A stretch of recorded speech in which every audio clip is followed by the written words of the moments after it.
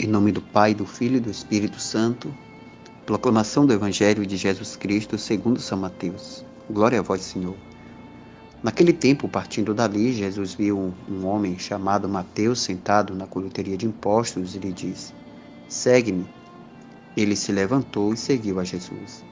Enquanto Jesus estava à mesa em casa de Mateus, vieram muitos cobradores de impostos e pecadores e sentaram-se à mesa com Jesus e seus discípulos.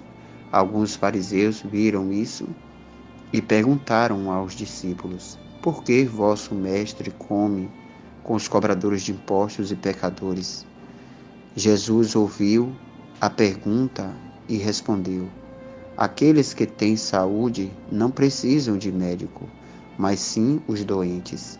Aprendei, pois, o que significa: quero misericórdia e não sacrifício.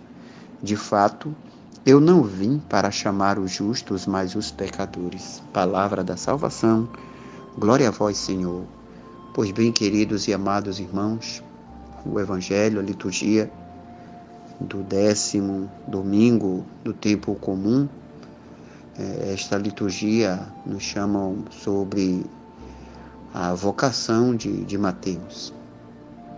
Esta pequena composição literária e catequética caracteriza por uma grande coerência. De fato, o que é chamado é um publicano, portanto, um pecador, no sentido de impureza, de inútil e desprezível, segundo a sociedade da época.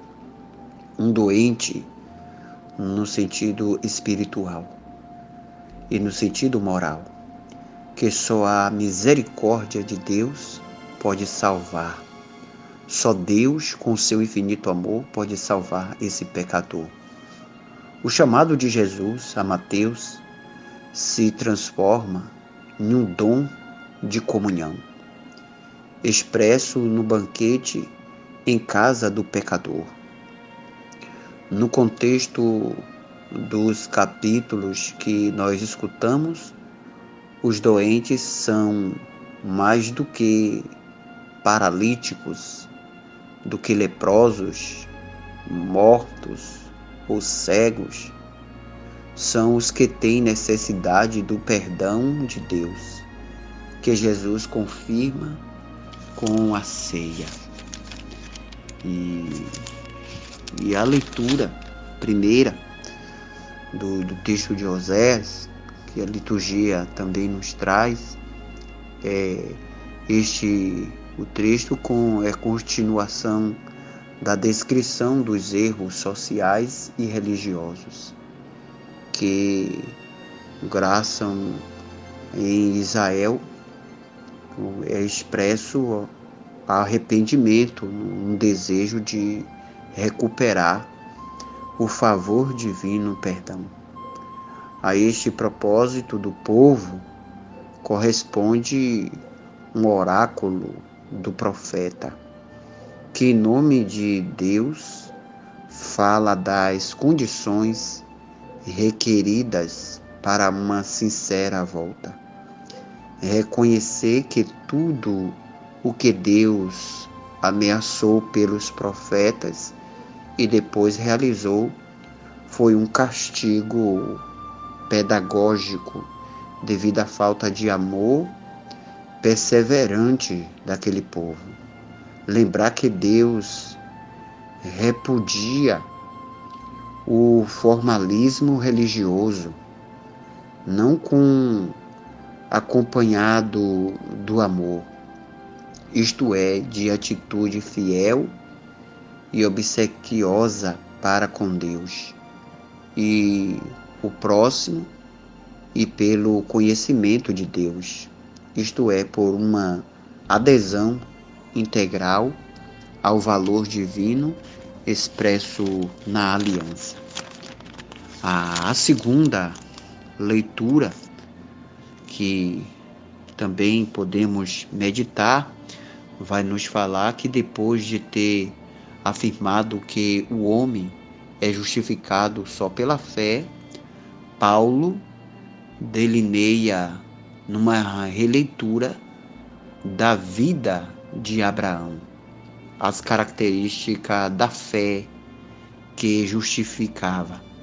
Abraão creu contra toda a esperança, corpo, amor, que assim se doou e se entregou. E depois nos mostra que Deus seria para ele doador de vida, proporcionando-se uma descendência. E esta fé é incondizente àquelas realidades que eles experimentavam. E sem a confiança em Deus e o amor total por Ele, não se pode chegar a uma justificação e a esse verdadeiro amor. Assim também é a fé cristã. De fato, nós cremos que Deus é doador de vida. Ressuscitou Jesus e nos justificou na vida dele. Esta fé implica esperança na nossa ressurreição e é motivada pelo amor de Deus que está em nós. Que Deus abençoe o nosso domingo, abençoe nossa semana, abençoe nossa vida, seu trabalho, seus estudos, abençoe todas as suas tarefas, todas as problemáticas que você traz para se resolver. Jesus é a sua resposta. Jesus seja a sua saúde, a sua paz, a sua alegria, a sua força. Jesus abençoe você, toda a sua vida. Jesus abençoe sua família, seu relacionamento, que nada de mal te aconteça, mas que as bênçãos e as graças de Deus te favoreçam. Que o Espírito Santo seja seu advogado, seu defensor, lhe defenda.